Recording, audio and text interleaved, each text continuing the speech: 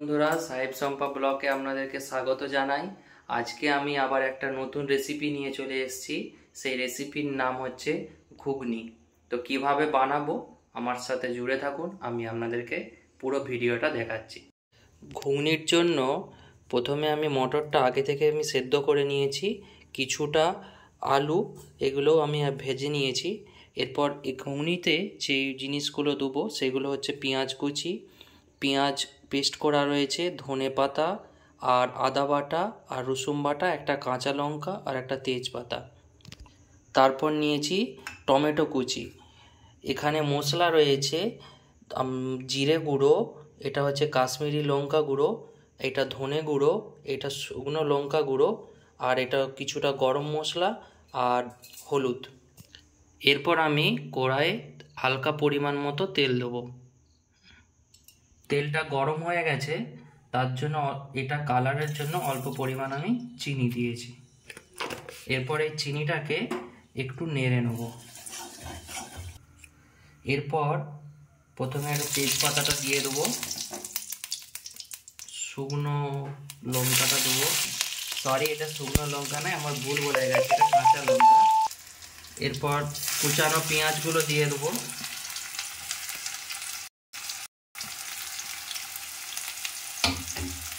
এটা একটু নাড়াচাড়া করে নিতে হবে যতক্ষণ না ব্রাউন কালার পেঁয়াজটা আসবে। এটা ভাজা হয়ে গেছে, এরপর পেস্ট করা পেঁয়াজটাও আমি দিয়ে দেবো।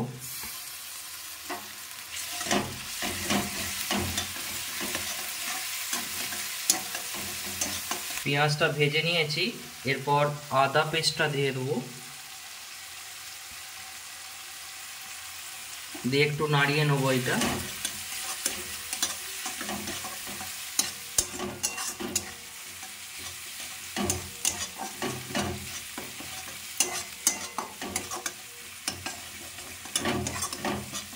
তেলের মধ্যে একটু নাড়াচাড়া করে নিলে বা একটু ভেজে নিলে ওটা ভালো হয়, তাতে গন্ধটাও চলে যায় আর খেতে একটু স্বাদ ভালো হয়। তেলের মধ্যে এটা আমার ভাজা হয়ে গেছে, এরপর পেস্ট করা রসুনটা আমি দিয়ে দেবো, দিয়ে একটু এটাও তেলের মধ্যে একটু ভেজে নেব। এবার একটু নাড়াচাড়া করতে হবে, কারণ যতক্ষণ না গন্ধটা কাটছে রসুনের ততক্ষণ একটু আপনাদেরকে নাড়াচাড়া করে নিতে হবে। আপনি জলও দিতে পারেন, জল দিয়ে নাড়াচাড়া করতে পারেন, তো তার থেকে তেলের মধ্যে নাড়াচাড়া করলে বা একটু ভেজে নিলে আরও ভালো। এরপর কুচানো টমেটোগুলো আমি এর মধ্যে দিয়ে দেবো,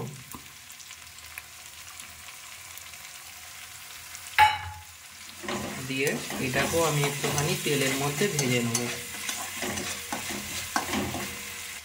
এরপর আমি অল্প পরিমাণ মতো নুন দিয়ে দেবো। এই কারণে আমি নুনটা দিচ্ছি, কারণ টমেটোগুলো একটু গলে যাবে তাড়াতাড়ি, ওই জন্য আমি নুনটা দিয়ে দিলাম।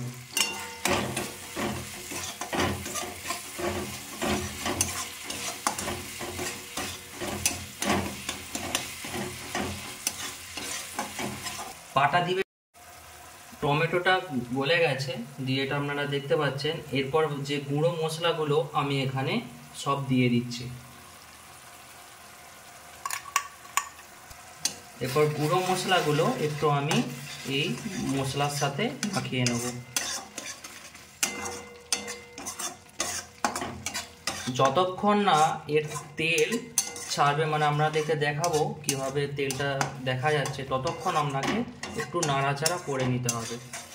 তেল ছেড়ে গেলেই জানবেন আপনার মশলা কষা হয়ে গেছে। আপনারা দেখতে পেয়েছেন এই যে তেল ছেড়ে গেছে। এরপর আমি সেদ্ধ করা মটরটা দিয়ে দেবো।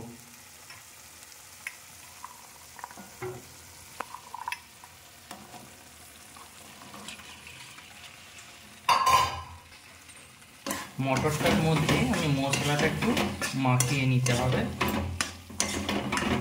এরপর আমি এটা মাখানো হয়ে গেলে এরপর সেদ্ধ করা আলুগুলো আমি এটার মধ্যে দিয়ে মশলাটা মাখিয়ে নেব।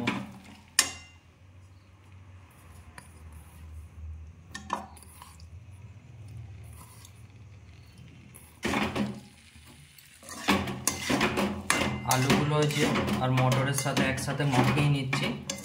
কিন্তু এই মশলা কষার সময় মিডিয়াম ফ্লেম দিয়ে আপনারা এটা কষবেন, তাতে ভালোভাবে তলায় ধরবে না। কারণ এখন যদি আমি জল দিয়ে দিই তাহলে এই মশলাটা ঠিকঠাকভাবে কষা হবেও না। দেখুন আপনারা দেখতে পেয়েছেন এটা আমার মশলাটা মাখানো হয়ে গেছে। আমি এখন নুন দিচ্ছি না, কারণ এগুলোতে সবেতেই নুন দেওয়া রয়েছে। তখন আমি জল দেওয়ার পর তখন অল্প দেখে নেব, একটু দেখে স্বাদ মতো নুন দিয়ে দেবো। আর এই মটর যে সেদ্ধ করা যে জলটা সেইটাই আমি দিয়েই ব্যবহার করব, এখানে সেই জলটাই দেবো, কারণ তাতে আরও টেস্ট ভালো লাগবে। কারণ আপনারা এই জল দিতে পারেন, নর্মাল জল দিতে পারেন, কিন্তু মটর সেদ্ধ করা জলটাতে আরও একটু টেস্ট ভালো লাগে, তাই আমি ওইটাই দেবো। তারপর পরিমাণ মতো যদি আমার আরও জল লাগে তাহলে আমি সেটা যোগ করতে পারি। যে মটর সেদ্ধ করা যে জলটা ওটা আপনারা কেউ ফেলবেন না, এইটা দিয়েও আপনারা ব্যবহার করতে পারেন, কারণ এটাতে নুনও রয়েছে। যেহেতু নুন দিয়ে সেদ্ধ করা ছিল মটরটা, তার জন্যে এইটাই আমি দিয়ে দিলাম। আপনারা দেখতে পেয়েছেন আমি একটুখানি বেশি জল দিলাম, কারণ এইটা ফুটবে তো, ওই জন্যেই এই জলটা এতটা থাকবে না, এটা অনেকটাই কমে যাবে। ধনে পাতাগুলো আমি এখন এগুলো দিয়ে দেব। ফাইনালি আমার ঘুগনিটা হয়ে গেছে। আর আমার যদি এই রেসিপিটা ভালো লেগে থাকে লাইক এবং শেয়ার সাবস্ক্রাইব করতে ভুলবেন না। টাটা।